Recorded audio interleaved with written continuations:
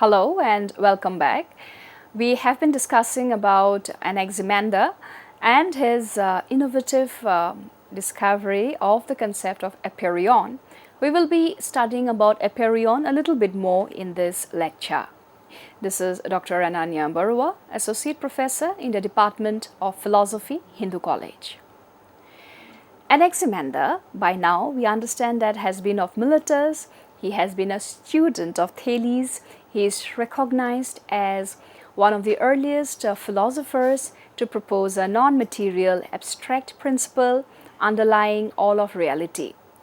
Departing from his predecessor Thales, who posited water as the arche or origin, Anaximander introduced the concept of apeiron, a term meaning the boundless or the indefinite. The apeiron, as we understand by now, is described as an infinite, eternal, and indeterminate principle from which all things emerge and to which they return. Unlike the four classical elements, earth, air, fire, water, the apeiron is not composed of any perceptible substance. It transcends sensory qualities and is not directly observable, thus marking a departure from mythological and elemental explanations. Anaximander stated that things give recompense to each other for their injustice according to the ordering of time, suggesting a dynamic, self-regulating cosmic order governed by the apeiron. Now, the philosophical significance of apeiron is about its metaphysical abstraction. Anaximander's introduction of the apeiron is one of the earliest recorded instances of metaphysical abstraction in Western thought. It anticipates later philosophical ideas about an underlying unconditioned reality, a concept echoed in Plato's forms. Aristotle's unmoved mover and even modern notions of the absolute or the ground of being. The dynamic source of opposites. The apeiron contains within itself all opposites, hot, cold, wet, dry, and the cosmos arises through their separation and interaction. This implies a dialectical structure to reality where conflict and resolution are fundamental to the unfolding of existence. Ethical and cosmological order. Anaximander's claim that elements pay penalty and reparation introduce a proto-ethical dimension to cosmology, wherein cosmic justice regulates the balance of forces. This aligns with Greek notions of harmony and order. Now, let us discuss also about the enduring legacy and the modern echoes of Anaximander's thought. Under cosmology and physics, we see that the apeiron resonates with contemporary ideas such as the quantum vacuum, the singularity before the Big Bang, or the undefined nature of dark matter and energy. These are modern analogues to Anaximander's concept of a limitless generative origin. Metaphysics and processes philosophy. Philosophers like Whitehead, A.N. Whitehead, Martin Heidegger, Deleuze explore themes of becoming, indefiniteness, and ungrounded being, echoing the ontological openness of the apeiron. The apeiron also invites a comparison with Eastern philosophies such as the Tao in Taoism or the Brahman in Vedanta, both of which describe an indefinable, all-encompassing source. Anaximander's apeiron marks a significant evolution in Greek thought, representing one of the earliest philosophical efforts to understand the universe in non-mythological abstract terms. It laid the groundwork for metaphysical inquiry and remains relevant in discussions of the origin and nature of being. The apeiron thus stands as a profound and enduring symbol of the human effort to comprehend the boundless. Now, if we take some quotations from Anaximender, we will be more clear to what we have been trying to discuss.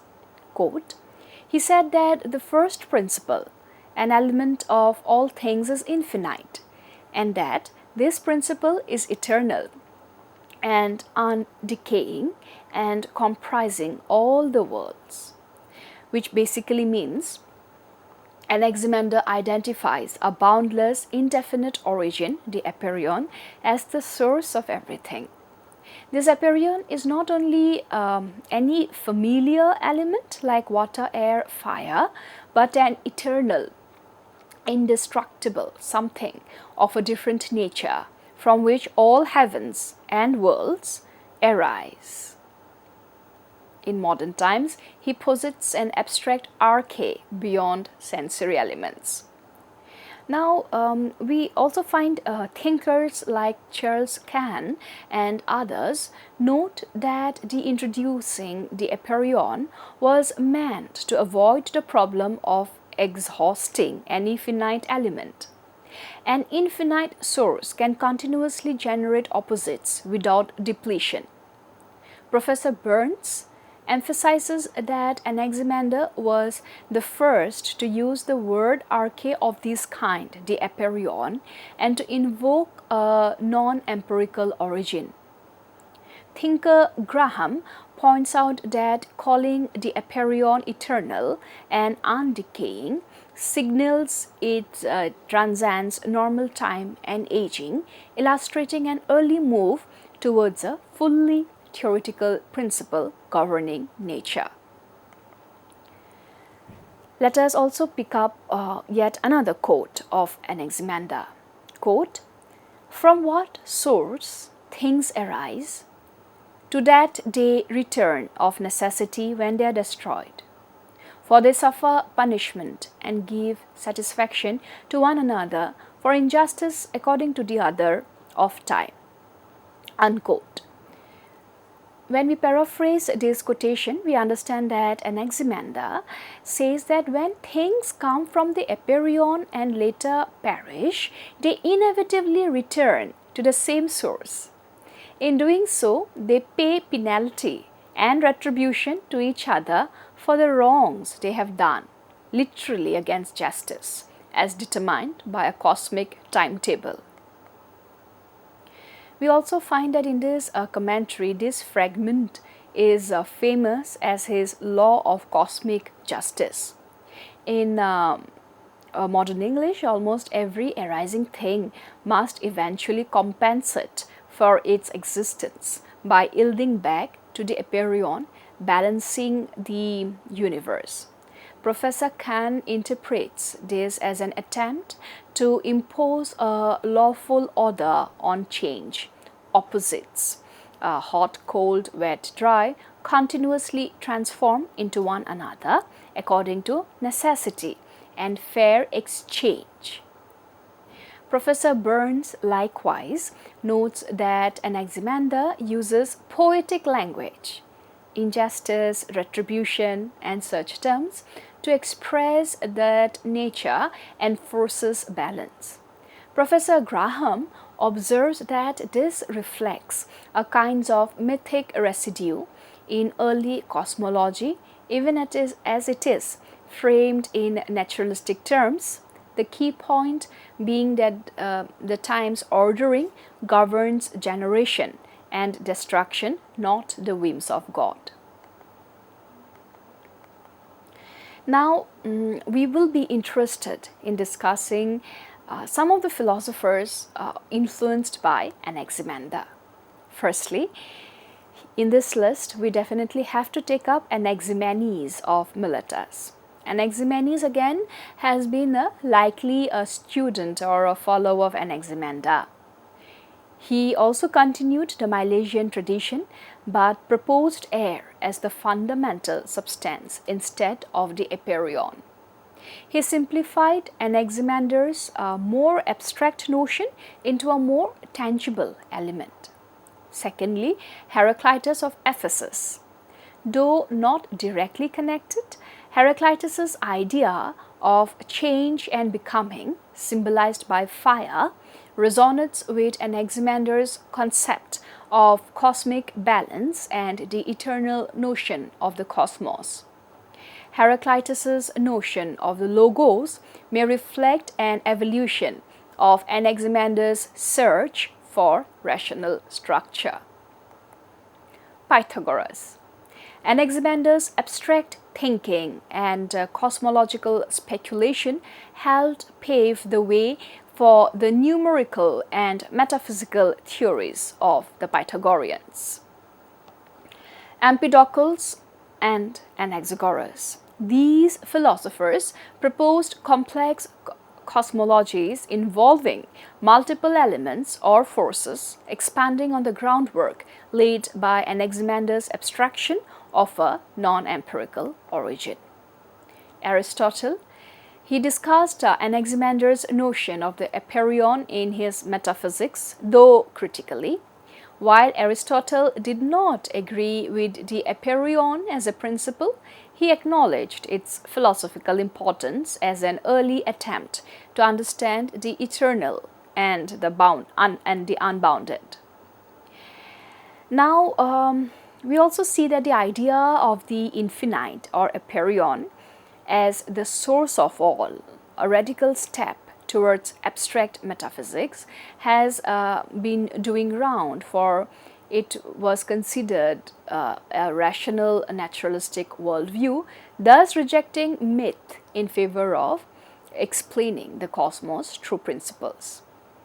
Anaximander also made one of the first maps of the known world and proposed a cylindrical earth floating in space, and thus early cosmology and cartography have been considered to be his lasting contribution.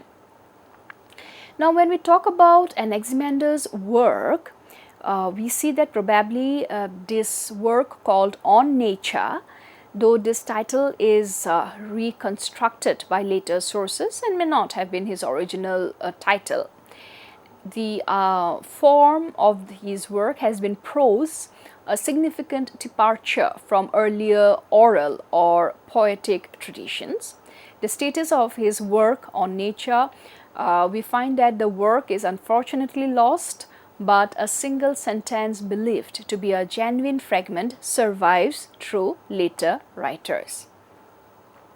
Now, the surviving fragment is in Greek, and it was reported by Simplicius, and when we translate it, it is something like this, quote, "From whatever things beings arise, into those they also pass away, according to necessity.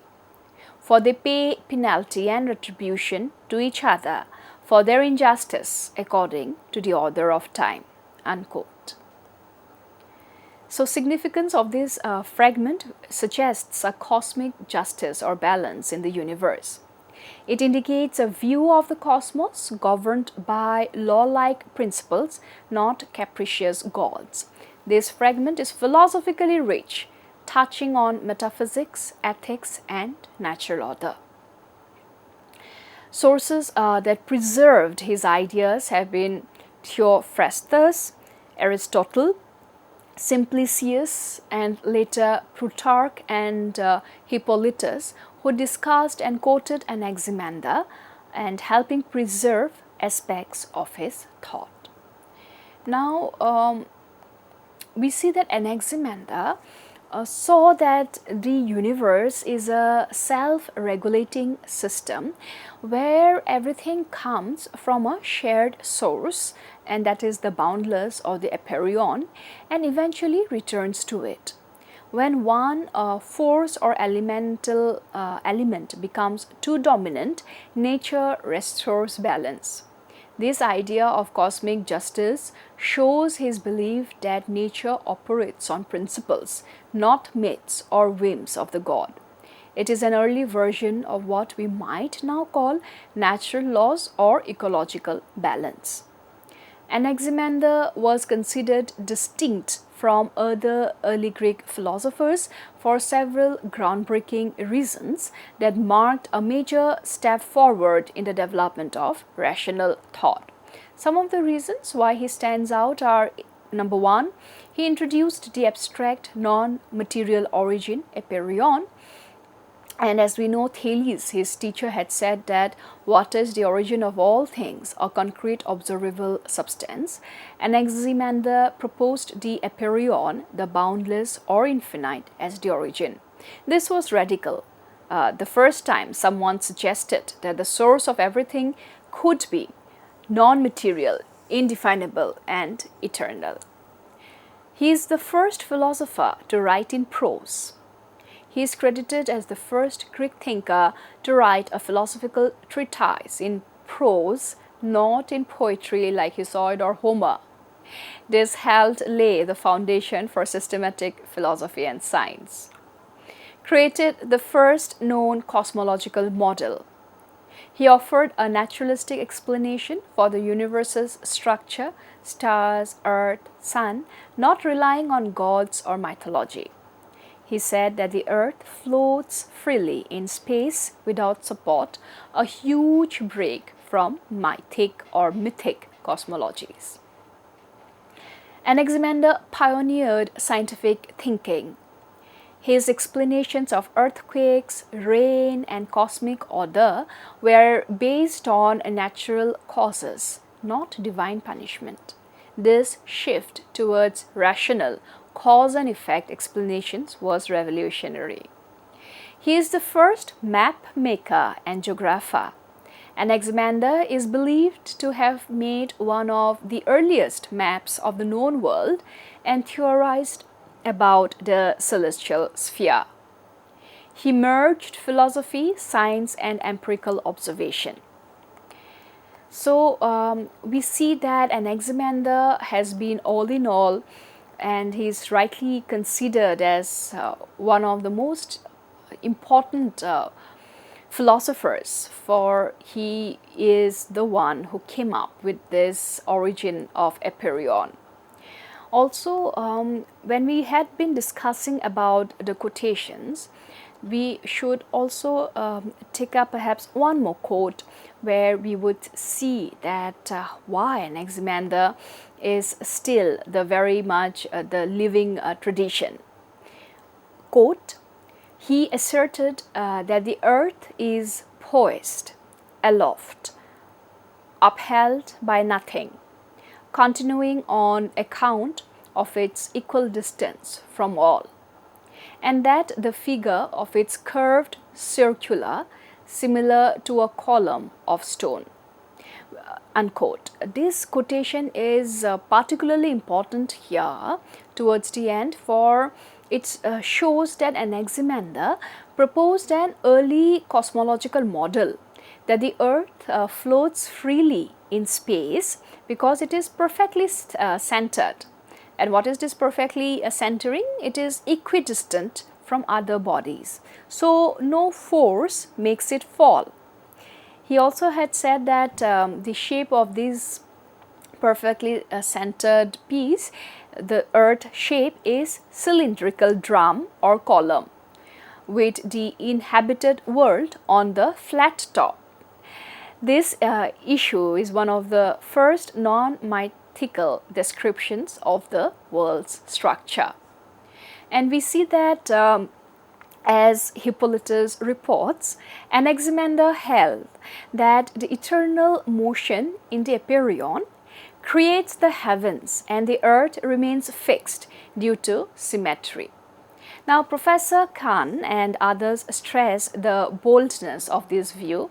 It drops mythic supports entirely and invokes a rational principle of equilibrium.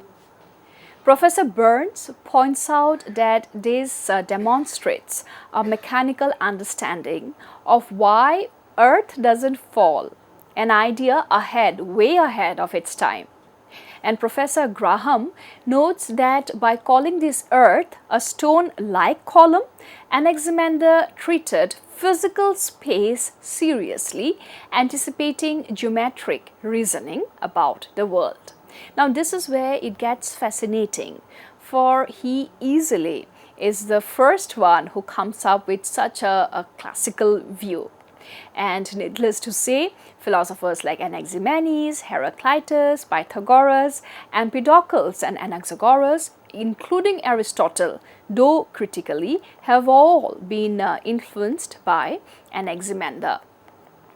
Now, the last few thoughts on Anaximander, if we are to sum it up, we see that for Anaximander, the origin of all things, other early thinkers would say, have been concrete elements. That is, Thales had said about water, Anaximenes about air, Heraclitus about fire. However, Anaximander makes this dramatic shift, and he states that the origin of all things cannot be perceptible element. It has to be abstract, infinite, and here comes something what he calls as apeiron. Now, when we talk about the use of writing, we see that the other early thinkers were usually oral or poetic. Anaximander, on the other hand, has been extremely systematic and started writing in prose treatise. About the view of the earth, other early thinkers rested on water, or said that it is the earth rests on pillars. Anaximander, on the other hand, he freely suspended the earth in space, and this is a huge shift. The aspect of explanation of natural phenomena, most of the thinkers made it mythological, whereas for Anaximander it has been, since the time of Thales, rational and scientific. Now, if we talk about the impact of such philosophers' insights, we see that most of the early thinkers were early steps, but Anaximander has been a bridge to scientific worldview. And why do I say this? This is important because for Anaximander, please understand, he did understand about the material world. He did know from his teacher Thales that water has been given the benchmark. However, the decision to go beyond the perceptible element and to come up with a non-perceptible element, an element which is boundless, an element which is infinite, makes Anaximander stand out. Secondly, Anaximander was also brave enough and at the same time humble enough to not be critically lambasting his teacher.